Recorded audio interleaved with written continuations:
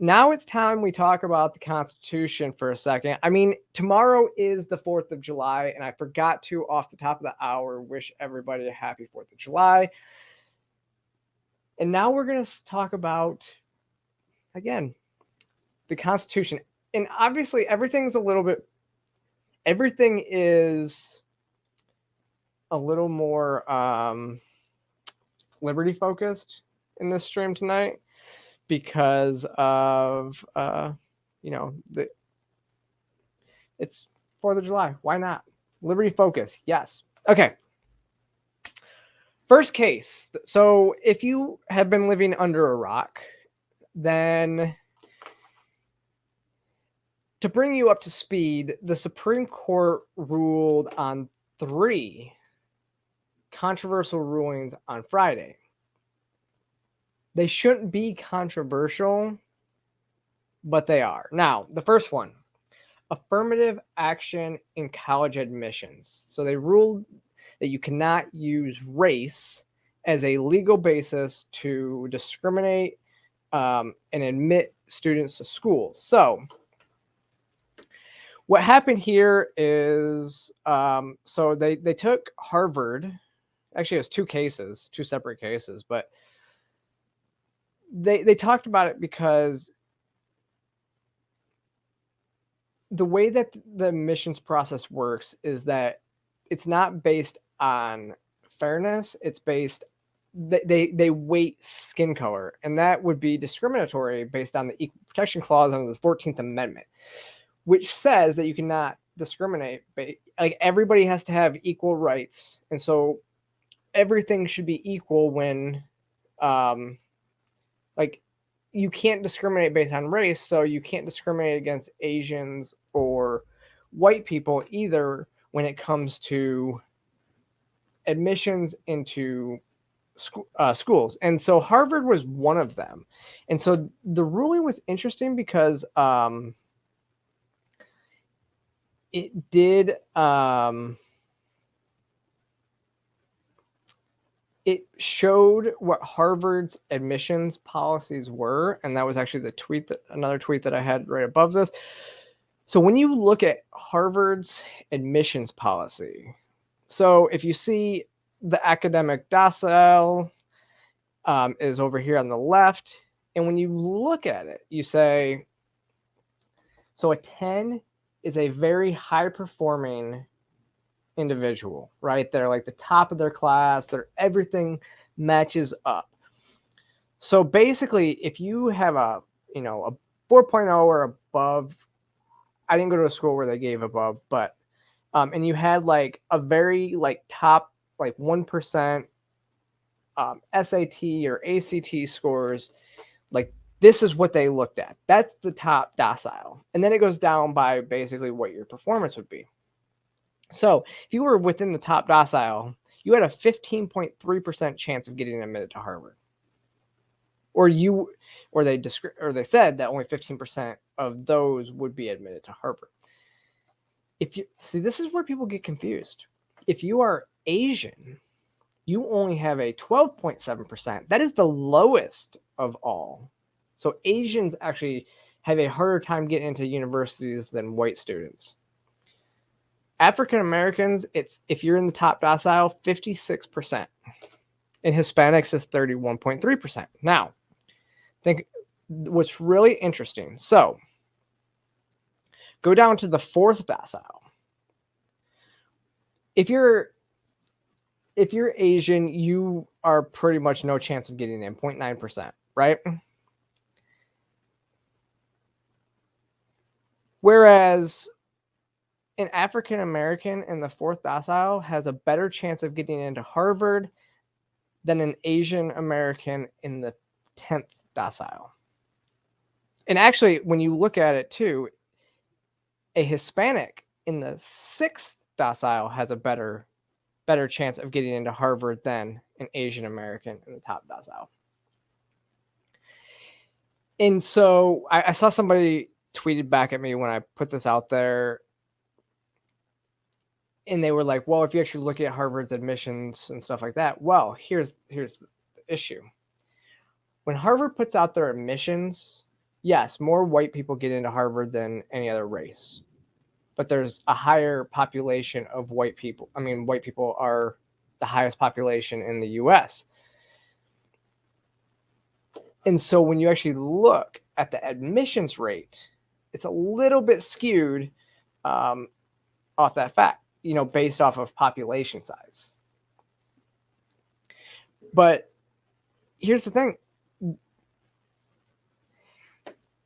I keep hearing, and there was I wrote an article yesterday because, the Obamas were tweeting, yes, absolutely discrimination based on race, right?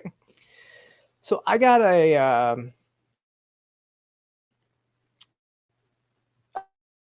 wrote an article yesterday as well that showed the Obamas were like rage tweeting about this yesterday because it was discrimination. Like they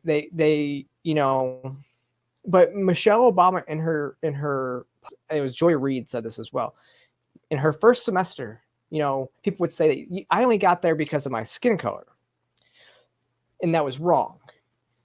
And so what you're advising, but that's only because of the policies that you're advocating for. If you have a fair system across the board and everybody's on an equal playing field based on high performance, then it should be no issues. And we can talk about legacy. That's one of the things that a lot of things people bring up is legacy admissions. Legacy admissions should be done away with as well, because then you're not like these schools. If they're a private institution, they can do what they want, but they can't discriminate based on race. But legacy admissions means that, if your parents bought the football stadium, they will hold you to a higher regard than anybody else. Those are an issue if you're talking about discrimination in generalities, but I agree. But that's not what this was intended to get rid of. So again, a public university should not be allowed to do that. Private universities, don't go there, Yeah, you're absolutely right. This is what I mean. Legacy admissions is a farce because, just because your parents are successful doesn't mean you will be, which is what's and actually I would tend to say, and depends on, it's not accurate. A lot of times it's the opposite, because when children are given so much by their parents, they don't generally strive to succeed past, they feel like they're in their parents' shadow sometimes. So, you have a lot of different people. There's always, and so you just don't know how somebody's going to perform it. And honestly, legacy admissions are dumb. And this was actually, there is legal precedence to stop legacy admissions, right? Remember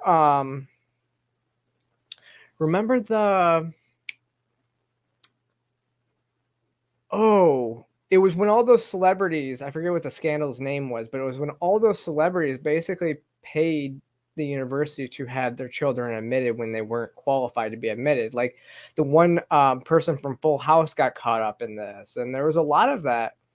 And so like it was like this big scheme, the college admission scheme, where like all these celebrities and rich people were paying for their kids to get admitted to schools because they would like pay a higher amount for them to get admitted to the school, and they would put their kids on like a scholarship, or they would put them, they would say they got admitted because of their athletic ability, even though they weren't on the volleyball team, but they said that they were on the volleyball team and all this stuff. It was a huge farce, and they got prosecuted for it. So there is legal precedent that if anybody wanted to go after legacy admission, that could be legal precedent for it. But again, a lot of these schools are also they're private, so it's not going to work if the school's private. but they can't discriminate based on race, and that's kind of what this stuff does. Now, moving on to the next one, which kind of leads back into that one, though. Let me see.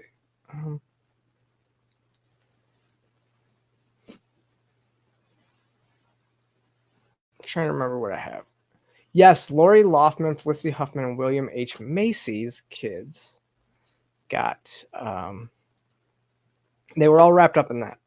They all got charged for it too. So now let's talk about the Christian web designers. So this case, again, 6-3 split. It's the same conservative judges that are doing this. Now,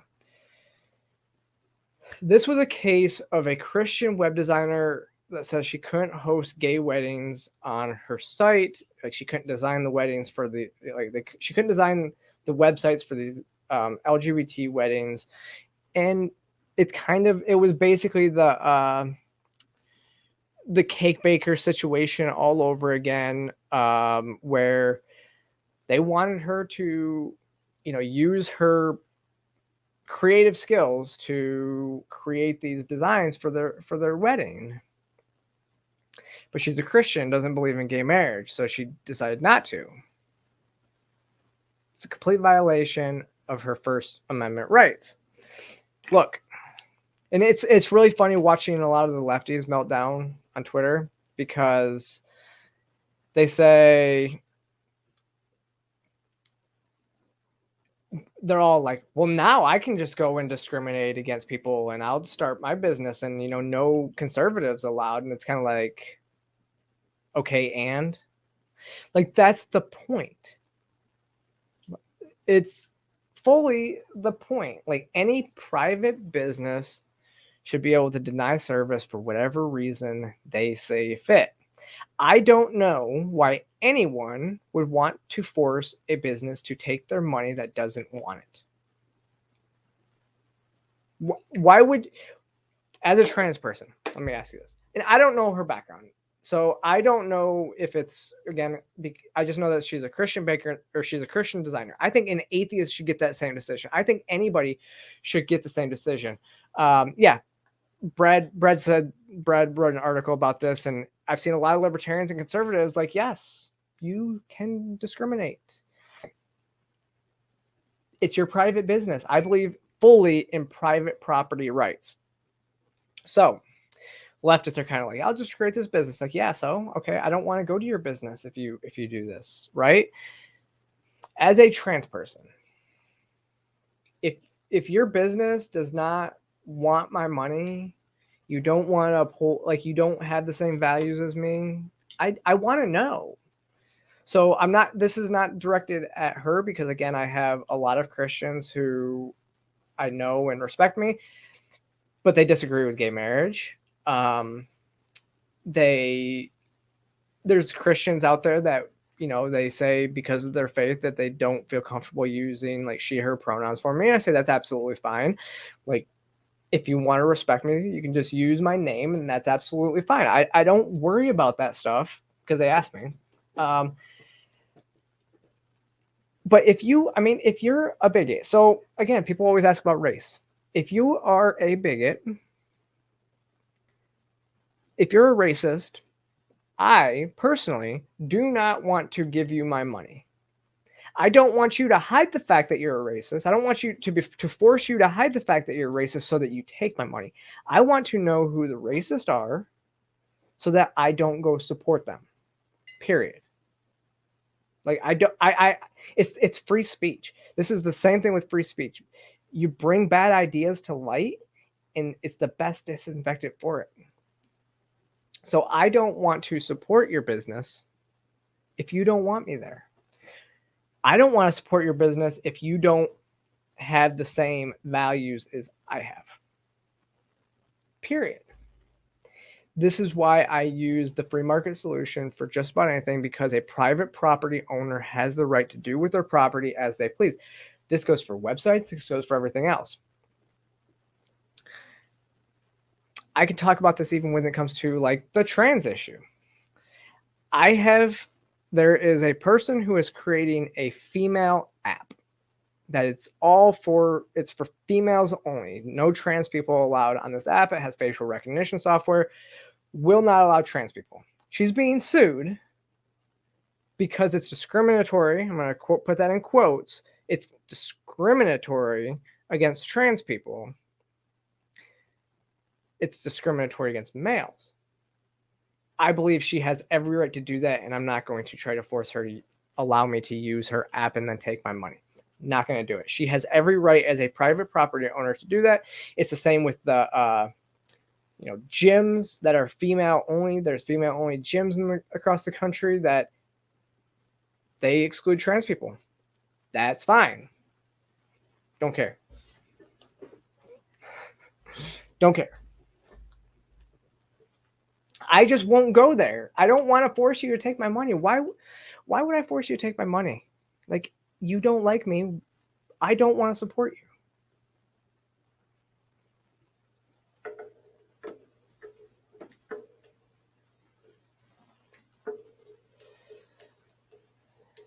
Well, it's easy to say, but there's more complicated when you bring soldiers to integrate schools and black communities have nowhere to get groceries.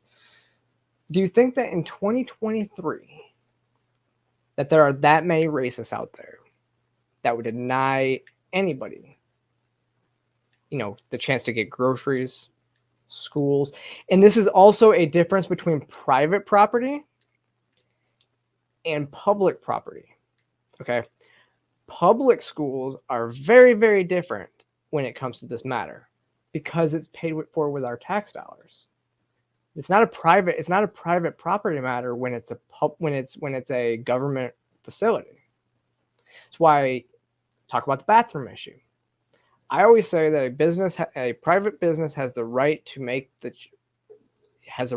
choose, the rules around their bathrooms when it comes to trans people. I believe that public property should all have third spaces and that trans people should use those third spaces. Period.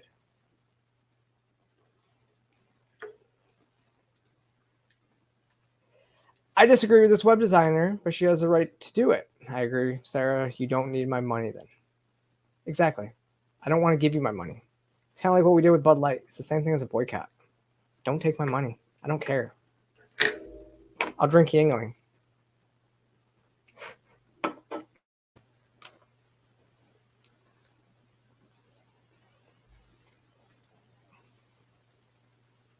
Oh, I gotcha. So, no, talking about the civil rights basis for that too. But you're right. But the thing is, and correct me if I'm wrong, I could be wrong about this. It wasn't private property that was actually segregating businesses. It was the government. It was government laws that segregated. It was Jim Crow laws that actually told white businesses that they could not serve blacks and vice versa. And so I believe it was government laws that forced that. It's the same as California forcing self-ID laws onto businesses. I disagree with that. I don't think that California should do that. And I don't think that, Florida should step in the way and force private property owners to not allow self-ID. It's a private property owner's discretion. Period. But you're right. All right. Now, what's Courtney says, state by state discrimination. That's what's going on right now. You're having state by states. You're having each state choose this stuff, and it should be down to the individual private property owner's rights. Like, you have the rights within your house. Private property goes all the way down to the individual. Like, you own your body. So you have your body is your property and you have a right to do with it as you please. Same thing as your house. You own your house. You have a right to do with your house as you please. That is your private property. The state is only infringing on your rights to private property when they force anything on it. So I'm not talking about HOAs. HOAs are the devil, but the thing about HOAs is you sign into an HOA. It's kind of like a union. You sign into it. You agree to be within an HOA. But I'm talking about like government zoning regulations on the property that you own. So you own farmland and they tell you that you can't have cows. Well, you should be allowed to have cows. Like, why can't you? Like, those types of things are infringements on your rights as private property owners with your house. Same thing with your business. It's your business. If you own it, then you can make the rules within that establishment. It's how everything should go. All right. But we will move on to the last Supreme Court announcement from this week. The Supreme Court decided that the Biden administration's student debt cancellation was unconstitutional. Okay. So he said, so they basically said that the president, actually, and through the Secretary of Education, does not have the ability to give the $10,000 payments. What we know happened is the president signed this bill. He was buying votes, and he knew this was unconstitutional in the first place. He bought votes in the last election. He bought votes, I believe it was in the midterms, and that is how. That's why they passed this. They never expected it to get past the Supreme Court. We knew this is like, you can't just take other people's money and give it, and you can't do it without passing through Congress, right? So Congress has to pass this stuff. You can't just like forgive student loans for that. Now, one of the things that he actually stated, which is completely wrong, well, he blamed Republicans for not passing a bill, or for this getting denied, because the Republicans had the gall to actually sue to not have their constituents pay for other people's loans that they took out. And the problem is that government's completely responsible for the student loan program being the way it is. Student loans should be allowed to go through bankruptcy, and then you don't have to force companies to take these bad loans. Like, you would see a change in the price of college. You would see a change in the amount of student loans being taken out. You would see a complete flip of the system. But right now, the system's set up to where universities can take advantage of this.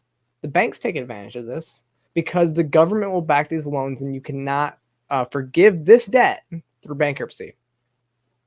I think that's the way you go. Like, you take that off and you see what happens, and you allow the free market to work.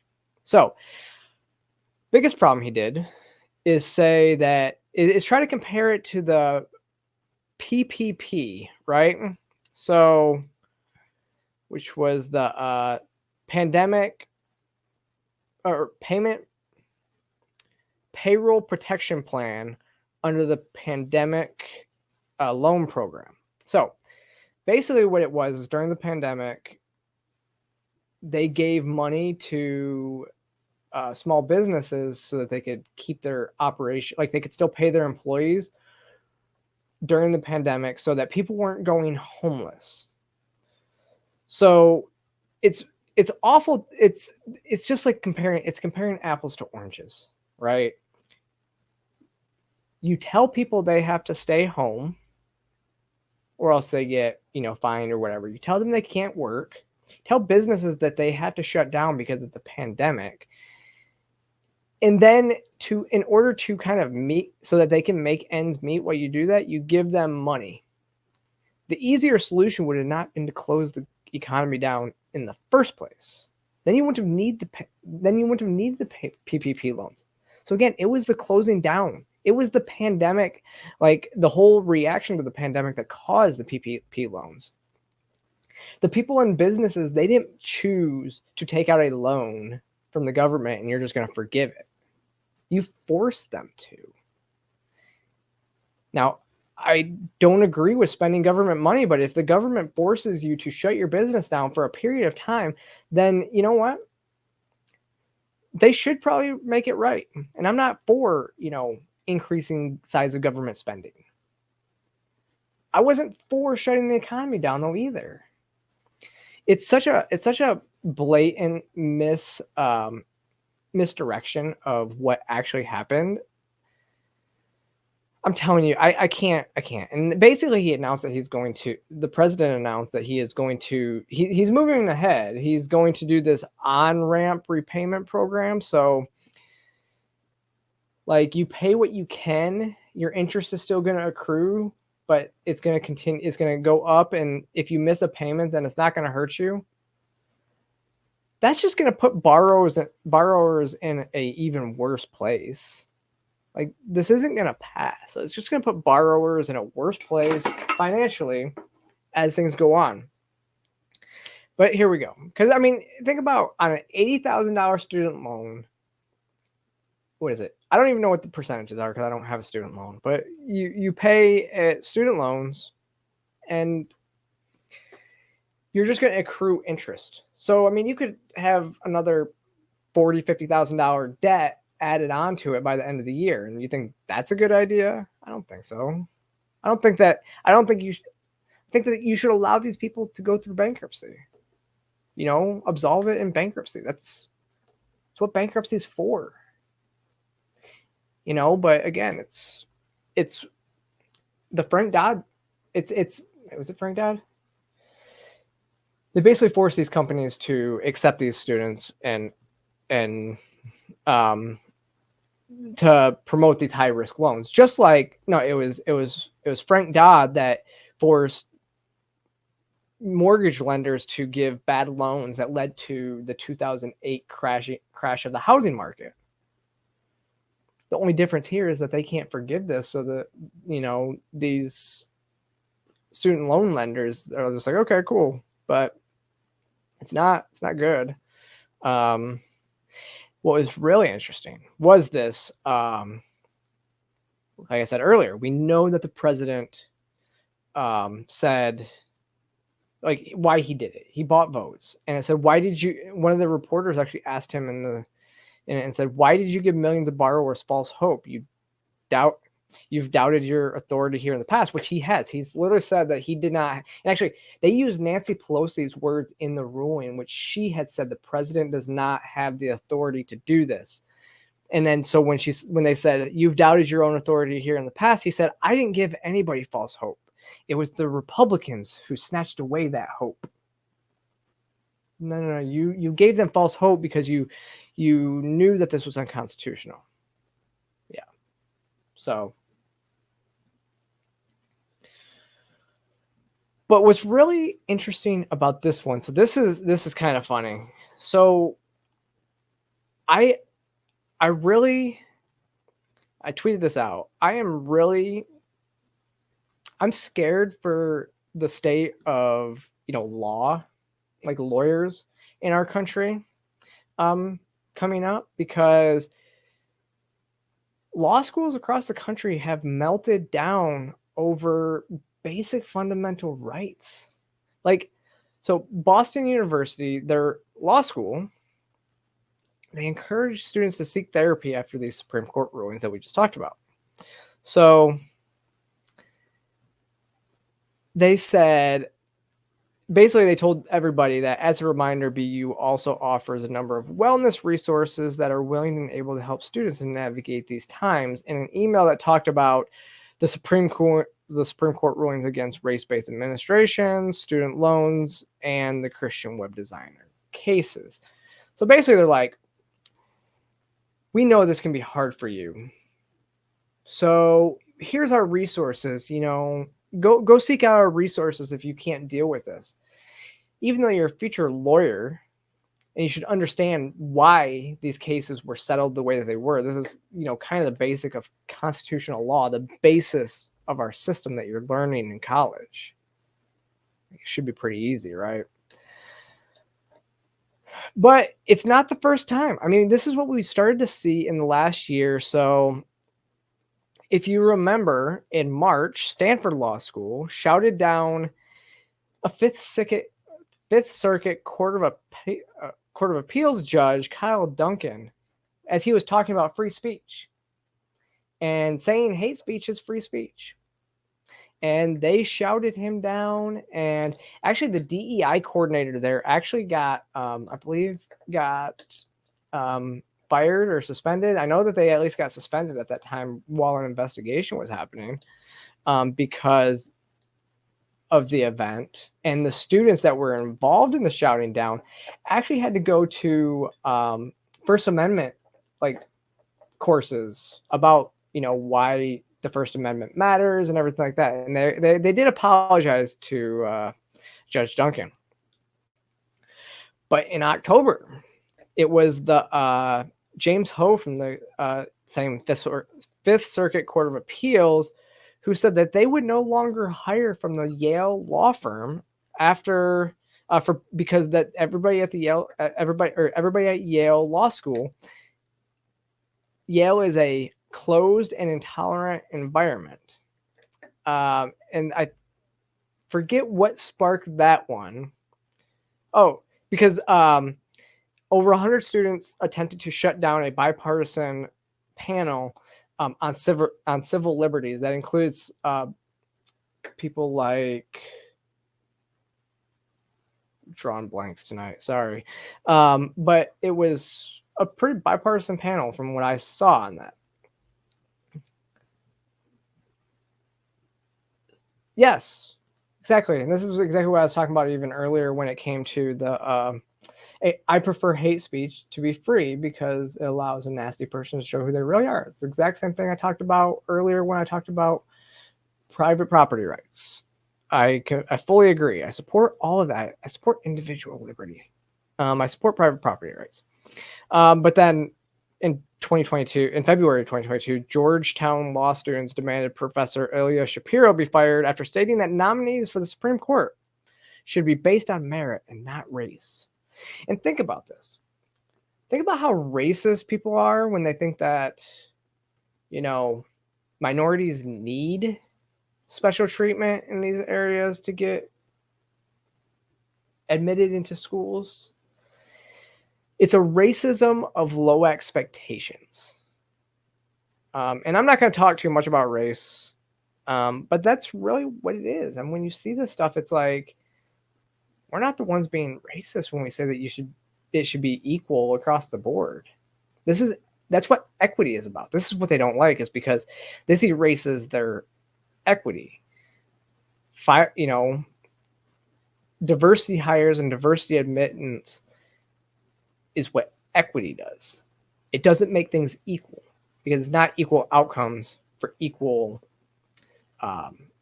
achievement.